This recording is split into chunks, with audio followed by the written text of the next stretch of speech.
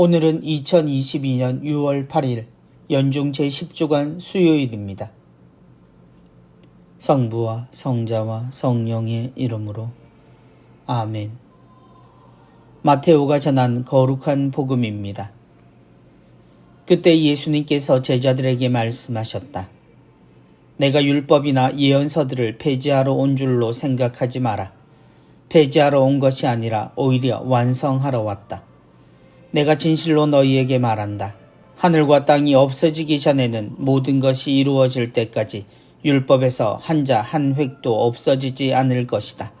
그러므로 이 계명들 가운데에서 가장 작은 것 하나라도 어기고 또 사람들을 그렇게 가르치는 자는 하늘나라에서 가장 작은 자라고 불릴 것이다. 그러나 스스로 지키고 또 그렇게 가르치는 이는 하늘나라에서 큰 사람이라고 불릴 것이다. 주님의 말씀입니다. 그리스도님 찬미합니다. 폐지하러 온 것이 아니라 오히려 완성하러 왔다. 우리나라에는 수많은 법들이 존재합니다. 나라의 헌법에서부터 작은 학교의 교실에도 규칙이 존재합니다. 그 법들은 모두 구성원이 함께 살기 위해 서로 약속하는 것을 말합니다. 그리고 그 내용은 당연히 모두의 편리한 삶을 보장하기 위해 서로에게 보이지 않는 규제를 하게 됩니다. 우리는 세상에서와 같이 하느님의 법을 따르는 사람들이기도 합니다. 그것이 율법이나 예언서입니다. 하늘과 땅이 없어지기 전에는 모든 것이 이루어질 때까지 우리는 율법으로 여기는 계명들을 기억합니다. 그러나 그 계명에서 우리가 벗어날 수 없음을 모든 성인들까지도 고백합니다.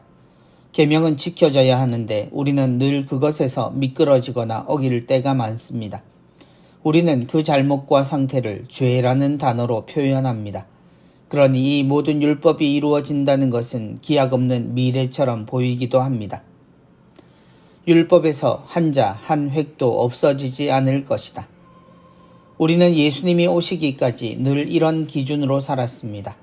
그러니 죄를 짓지 않는 것이 인생의 최고 목표로 여기고 그것을 통해 천국을 꿈꾸는 공식을 만들곤 했습니다.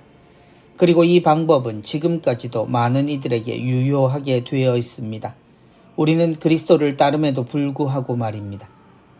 그런데 예수님이 오셔서 율법과 예언서를 폐지하러 오신 듯 여겨진 이유는 무엇이겠습니까? 그것은 주님이 하느님이 율법과 예언서에 기록된 하느님의 말씀을 바로 알도록 하셨기 때문입니다. 율법은 우리에게 죄를 가르치는 듯 여겨지지만 그 근본은 사랑하며 사는 사람됨의 근본을 알려주기 위해서였습니다.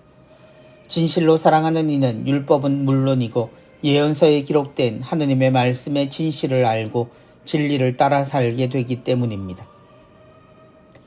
이 계명들 가운데에서 가장 작은 것 하나라도 어기고 또 사람들을 그렇게 가르치는 자는 하늘나라에서 가장 작은 자라고 불릴 것이다. 실제로 주님은 율법을 어기시지도 또 어기라고 부추기시지도 않으셨습니다. 주님은 율법을 생각할 필요도 없을 정도로 사랑하시고 하느님의 근본을 실천하셨기에 우리 눈에 그런 착각이 일어난 것뿐입니다. 율법과 예언서는 하느님의 배려이자 안전띠와 같았음을 우리가 깨닫는다면 우리는 이 율법과 예언서의 선에 걸리지 않은 채 행복의 삶을 살 수 있게 됩니다. 늦지 않게 깨닫길 바랍니다. 성부와 성자와 성령의 이름으로 아멘.